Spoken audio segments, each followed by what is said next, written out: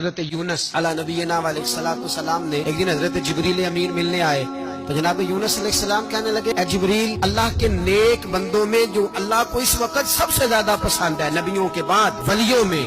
اور سب سے زیادہ اللہ جس کو اللہ کی بارگاہ میں عبادت گزار لکھا جاتا ہے، میری اس بندے سے ملاقات کرا۔ تو حضرت جبریل نے جناب یونس علیہ السلام کو ساتھ لیا تو ایک شخص کے پاس پہنچے جو آنکھوں سے اندھا تھا، دونوں ہاتھ اس کے سلامت نہیں تھے اور پورے جسم میں پیپ جاری تھی، ریشہ تھا۔ جب جا کے السلام علیکم کہا نا حضرت یونس نے، اس نے وعلیکم السلام کے بعد پہلا لفظ پتہ کیا کہا؟ اس نے کہا یا اللہ تیرا شکر ہے، یا اللہ تیرا،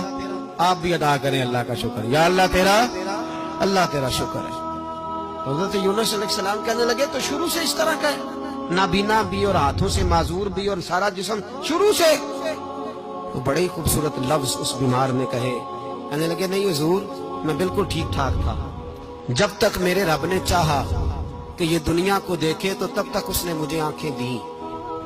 اور جب اس نے چاہا کہ اب اس کا دیکھنا بہتر نہیں تو اس نے واپس لے لی۔ تو یا اللہ تیرا شکر ہے، اللہ تیرا شکر ہے۔ پھر کہا جب تک اس نے چاہا کہ میرے ہاتھ رہے تب تک رہے، جب اس نے چاہا کہ میرے لیے بہتر نہیں تو اس نے لے لیے، تو یا اللہ تیرا شکر ہے۔ جب تک اس نے چاہا کہ میرا جسم صحیح و سلامت رہے تو رہا،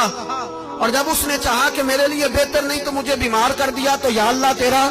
شکر ہے۔ تو حضرت یونس علیہ السلام کہنے لگے جبریل واقعہ یہ اللہ کا سب سے زیادہ شکر گزار بندہ ہے، سب سے زیادہ عبادت گزار بندہ ہے، سب سے زیادہ۔ میرے رسول پاک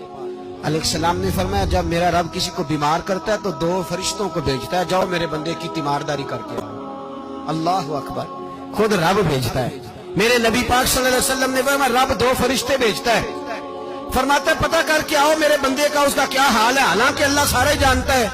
فرشتے آتے ہیں واپس جاتے ہیں، رب کریم پوچھتے ہیں بتاؤ میرا بندہ کیا کہتا تھا؟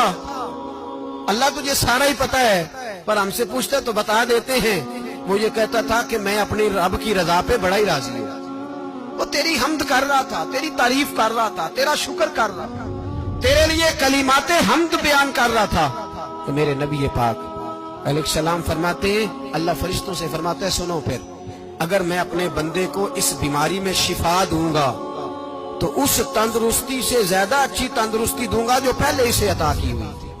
پہلے سے اچھی صحت دوں گا، اور اگر اسے اس بیماری میں موت دوں گا تو پھر مرتے ہی اس کے لیے میں جنت کا فیصلہ فرما دوں گا۔